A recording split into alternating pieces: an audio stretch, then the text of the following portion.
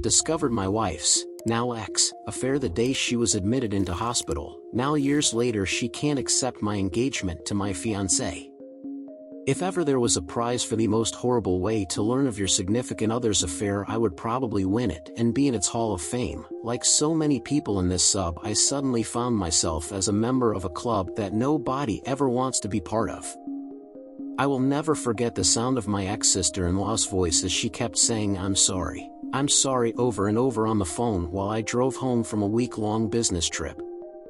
I was confused and had absolutely no idea what she meant, but only after I managed to calm her down somewhat did she inform me that my wife was in hospital and that I needed to hurry home. My mind went into overdrive as I tried to get more information as well as not crash while I began speeding to get there faster.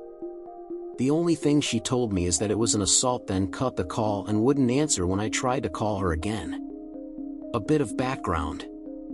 My ex and I met in our mid-20s. It was through a mutual friend at a barbecue. At first she seemed almost too good to be true. Not only was she incredibly beautiful, but she was also shy and introverted. It took a while for us to officially date, but once it happened I was over the moon. When we first tried to get intimate she suddenly started crying. Should have taken this as a bad sign. I freaked out and thought it was something I did, but she apologized the next day and told me she was triggered. As it turns out, 2 years before meeting me she was in a long-term relationship and a guy that was abusive both emotionally, physically as well as mentally. He would degrade her during their moments of intimacy, then apologize afterward. She had a flashback but reassured me it had nothing to do with me, so we took things slow as she was still in therapy. It was tough, but because I loved her I believed once we got over this it would make our relationship stronger, and for a while it honestly appeared that way. Fast forward another year and we'd gotten engaged. First-time intimacy also happened during this stage. I was fortunate enough to be able to buy a house for us courtesy of inheritance from my late uncle. Things were going great and I half-seriously suggested we plant a peach tree, important for later on, to signify new beginnings, and she was all for it. We were wedded not long after that and quite frankly it was absolutely amazing. Of course we had our normal ups and downs like every married couple, but I considered us more lucky because she always made it a point to never go to bed upset with each other, and she would always point out gently if I did anything to upset her. Sometime later life basically happened and I was promoted at my job. It meant more pay, but it also meant I would be traveling more for work conferences and business meetings.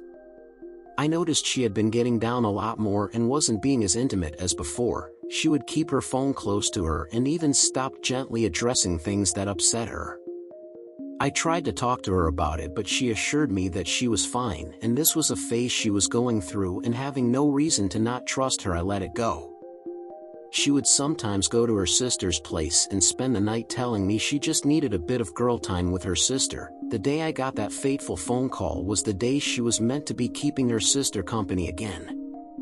I remember rushing into the hospital barely breathing and frantically asking about my wife when world's most understanding and patient police officer sat me down to explain what happened.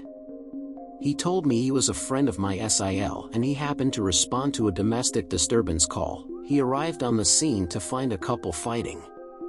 The supposed boyfriend was on top of the female punching her and she was screaming trying to scratch him. This didn't make any sense to me because 1, this had nothing to do with my wife because we're married, and 2, literally everyone who knew my wife knew she wouldn't do that.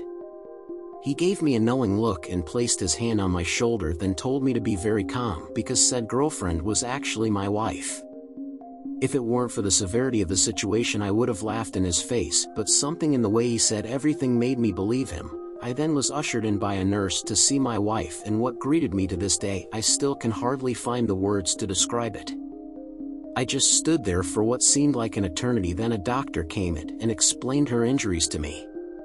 The jaw was slightly fractured, her left eye was completely swollen shut and had massive bruising covering half of her face as well as 3 broken ribs. Then the doctor dropped another bomb and told me she was pregnant. I still couldn't understand how this happened. Then I caught sight of her sister. She at first tried to avoid me, but at the persuasion of her police officer friend she told her what she knew. It turns out my wife's ex had gotten in contact with her 5 months ago. He was doing this redemption pyramid step thing where he would apologize to people he has wronged in order to clear his karma. Anyone else be.s meter going crazy right now. They began talking more. Then he convinced her to meet up for coffee and show her he was a changed man. Obviously old feelings resurfaced, coupled with the fact that he appeared changed. Now it soon developed into an emotional affair. My wife approached her sister for advice, who told her to take things slow and just get it out of her system if she needed to, which then led to a physical affair 3 months later. She actually told my wife that she should at least make peace with her ex in whatever form it may be, and even offered to cover for my wife once in a while. My SIL was in tears at this point and kept apologizing to me, saying that she didn't know about the abuse, as my wife never told anyone other than me and her therapist at the time about it. I was numb. I just couldn't feel anything and was absolutely dumbfounded by my wife's actions. When my wife finally woke up, I was there and she burst into tears upon seeing me. I spent the following months in zombie flight mode. There was individual counseling for her as well as marriage counseling for us at the strong urging of her family. In counseling, she was surprisingly forthcoming about how it happened and how she absolutely hated herself for causing me pain. She mentioned how at one point on her way home from his place she actually fantasized about driving into the river because she smelt like him and didn't want his scent to corrupt me. However, that made sense. She said she tried to end it but was too weak, and only after learning that she was pregnant that it actually woke her up and made her realize that any further contact with this man was toxic to not only her but the unborn child. Oswell hence went to end things in person for good when he snapped on her. She became a shell of herself and developed a phobia for any other males but me. One point she couldn't even use the bathroom at night unless I was holding her hand. Sad, right? After the baby was born, son by the way, we got a paternity test and he was mine, but the more time I spent with her the more I realized I didn't hate my wife, I actually loathed her. I couldn't see the woman I married but instead saw his leftovers each time I looked at her. I decided to leave because I was afraid I'd do something I'd regret and be exactly like her abusive ex. She begged me not to leave and even made the ridiculous offer of giving me a hall pass as well as slapping her if I wanted to. I knew at this point I had to get out. She was actually very generous during the divorce. She moved back into her parents and signed a very well thought out co-parenting plan issued by the courts. Moving forward 3 years later and I meet my now fiancé by chance. I was in a bookstore with a buddy of mine and we were discussing Egyptian mythology when this beautiful woman approached me to correct me on my pronunciations of the Egyptian gods and cities. Needless to say, immensely impressed by not only her understanding but also by the fact that she is Egyptian herself. We exchanged numbers, which eventually lead us to dating. When I finally proposed to her, it was actually in front of the peach tree I had planted years ago. I got down on one knee, but before I got my answer she ran into the house, then came out with a ring. Oswell. Turns out she was actually planning on proposing herself because she was madly in love with me and she just didn't want any other woman to have me. My son, in all his sweet childlike innocence, told his mother what happened because he was present when it happened. My ex literally showed up that night in the rain yelling about how could I propose to her, my fiancé, in front of our tree, and that this isn't the end of us. I am completely exhausted at this point. I cannot go and see because she is the mother of my child, but she is basically harassing me and my fiancé. How do I convince her to move on, to get over her fear of men and not force me to get a restraining order? Sorry it was long, but I am really desperate. Edit. Wanted to ask a question to the insightful women of Reddit. Something that still bugs me to this day is the fact that she even made time for her ex who took pleasure in destroying her only for her to suffer a much worse fate. Is it normal for the abused to want the attention of the abuser even if she might hate him? Something my ex said once. Edit 2. Forget to add this in the original post. When my fiancé presented me with the ring which she was gonna use to propose to me, she had an engraving on the inner band which states, "To my Pharaoh. Damn, I love this woman." Update. Wow, didn't expect this type of response. Thank you all so much for your support and kind words, both for me, my fiancé and my ex. It's sad that my situation with my ex and her abusive past isn't as uncommon as I thought. Reading some of your similar cases really makes one almost lose hope, but glad to see some people have recovered from them. Now for what has happened since my first post. First off, a big thank you to user Mama202045 for your simple yet amazing advice. Saved us a lot of trouble. Now on to what has happened so far. Since my last post, my son's birthday was coming up and he told us he wanted to have a camp night for it. Now I must explain, the boy absolutely loves the outdoors. Everything from camping to hiking to even playing in rivers are his favorite, and obviously due to the ongoing situation we cannot go to our usual spots, so I offered my backyard for it.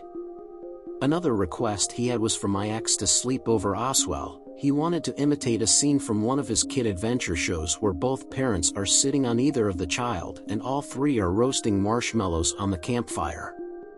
Now I had absolutely no intention of denying my son's birthday wishes, but at the same time I couldn't have my ex sleep in the same tent as me and my son. That would be far too disrespectful to my fiancé. Even though she said she understood, it was clear she wasn't okay with it. My ex seemed to take advantage of this and kept saying how much she was looking forward to spending the night with her two men, and even went as far as to buy a whole lot of camping equipment that would put Bear Grylls to shame. She was certainly trying to rub it in my fiancé's face and wasn't graceful about it either. I had to tell her to stop a couple of times, but she only relented when I threatened to invite her sister. Ever since our divorce, my ex has had a burning hatred for her sister. She, my ex, acknowledges her role in the destruction of our marriage, but blames her sister for encouraging the affair and not safeguarding from her making choices that would ruin hers, but more importantly, according to her, our life together. It's gotten so bad that she refuses to let her sister spend any significant amount of time with our son, which at one point caused my ex-SIL to have severe depression. My ex-SIL has been trying for years to reconcile with her sister, but it just seems to get worse as time goes on. A Redditor Mama202045 offered me a simple and effective solution. She suggested I go out and purchase a multi-room tent, that way my fiancé could be included. I wasted no time and immediately went out to get one. Of course my ex wasn't too happy about that, but was glad to be under the same roof as me. During the birthday celebration, my son was on cloud 9. He ran around the yard and pretended he was a great explorer discovering a new land. When evening came, I made the fire and my ex provided the marshmallows. He excitingly sat between us and started roasting his marshmallow alongside us. What I didn't expect was after we were done taking pictures and making s'mores, he handed my fiancé a stick and a marshmallow as well and sat next to her to make his second s'more. It's honestly a mystery how something this pure and perfect could come out of the absolute mess that was the relationship between me and my ex. My ex asked for a bit of my time, to which I obliged. We stepped into the kitchen and she apologized for her behavior on the day that I proposed, but not for her actions following that. She told me she still sees me as her husband in her mind, so the thought of me giving my heart to another terrified her. She said she never wanted to cause me pain and would give anything to go back in time and undo her mistakes. She mentioned how happy she was when the paternity test showed that I was the father, because she thought it was a new beginning for us and that he was proof of our love. I thanked her for the courage to share all this, but told her I was happy with where I was in life and with whom I was with, but hoped she would find someone to make her happy as well. She said she meant what she told on the day we divorced and will wait for me. I left the kitchen feeling exhausted because none of what I was trying to say got through to her. We decided to call it a night, where me and my fiancé slept in one room of the tent and my ex with my son in another. All in all, a good birthday for my son, but not so good night for me. That's things so far, and promise to update if anything major happens. And that's it for this video, guys. If you have thoughts to share, leave a comment below. Don't forget to hit like and subscribe if you like this content. I'll catch you on the next one. Good day, everyone.